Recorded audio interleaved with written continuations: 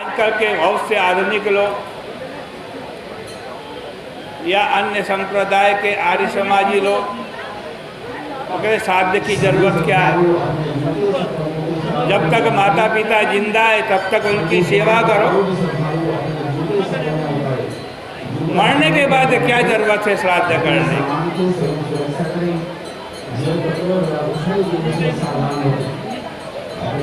सबसे पहले तो एक बात जान लो, इस श्राद्ध कृत्य के मूल में श्रद्धा तथा कृतज्ञता का ही मधुर गंभीर भाव है। श्रद्धा किनके प्रति हो, कृतज्ञता किनके प्रति हो।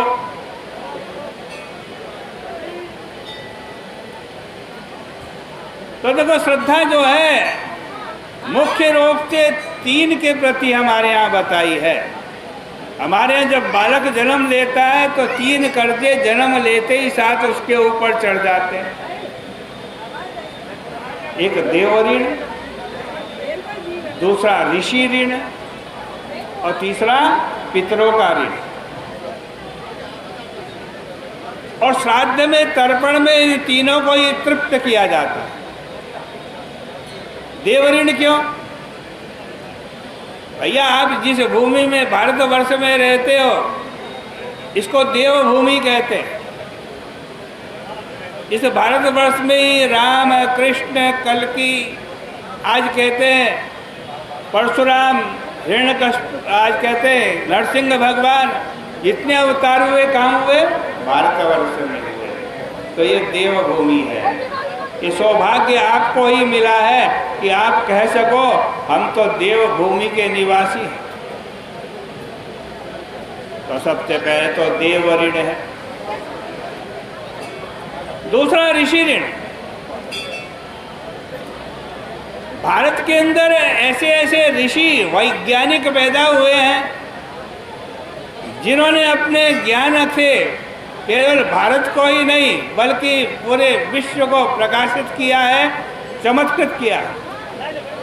मनु महाराज अपनी संगीता में कहते हैं, एतत् देश प्रसूतस्य सकाशादग्र जन्मना स्वं स्वं चरित्रं शिक्षेरन् पृथिव्यां सर्वमानवा।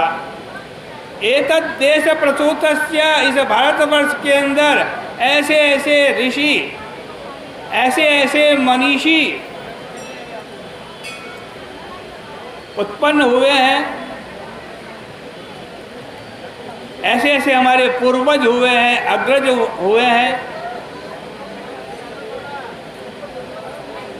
जिन्होंने स्वमसम चरित्रम शिक्षेरन्, जिन्होंने अपने अपने चरित्र से आज केवल भारत को ही नहीं पूरे विश्व को शिक्षा दी है।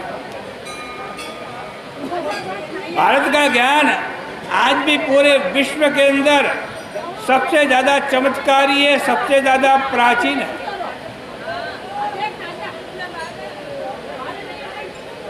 इन वेदों के दृष्टा कौन है? ऋषि हैं। और ऋग्वेद आज पूरा विश्व कहता है विश्व का सबसे प्राचीन ग्रंथ कौन सा है? ऋग्वेद है। अनेक प्रकार की संहिताएं, वेद, उपनिषद, पुराण ग्रंथ जिन्होंने रचे हैं वो हमारे ऋषि हैं। तो उन ऋषि जिन्होंने भारत को विश्व गुरु बनाया है, जगत गुरु बनाया है, हम उनके वंशज हैं भाई। तो दूसरा ऋण हमारे ऊपर किनका है? ऋषियों का। और तीसरा ऋण किसका है? तीसरा ऋण हमारे ऊपर पितरों का है। इस दुनिया में, इस संसार में यदि आपका सबसे अधिक कोई कल्याण करने वाला है वो हमारे पितर हैं। अन्य रिश्ते, अन्य नाते स्वार्थ के होते। अन्य रिश्तों में आप जिसका जितना करोगे बदले में वो भी आपका उतना ही कर देगा। इस बहन जी को कहो इधर हम करके बैठेंगे, इधर बैठे सर, पल्ला रख करके बैठे। बेटा बैठ जाओ, अच्छा लगेगा, बैठ के सुननी चाहिए कथा।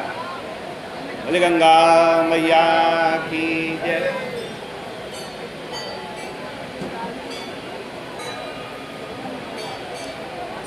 उन पितरों की अनन्य कृपा हमारे ऊपर है।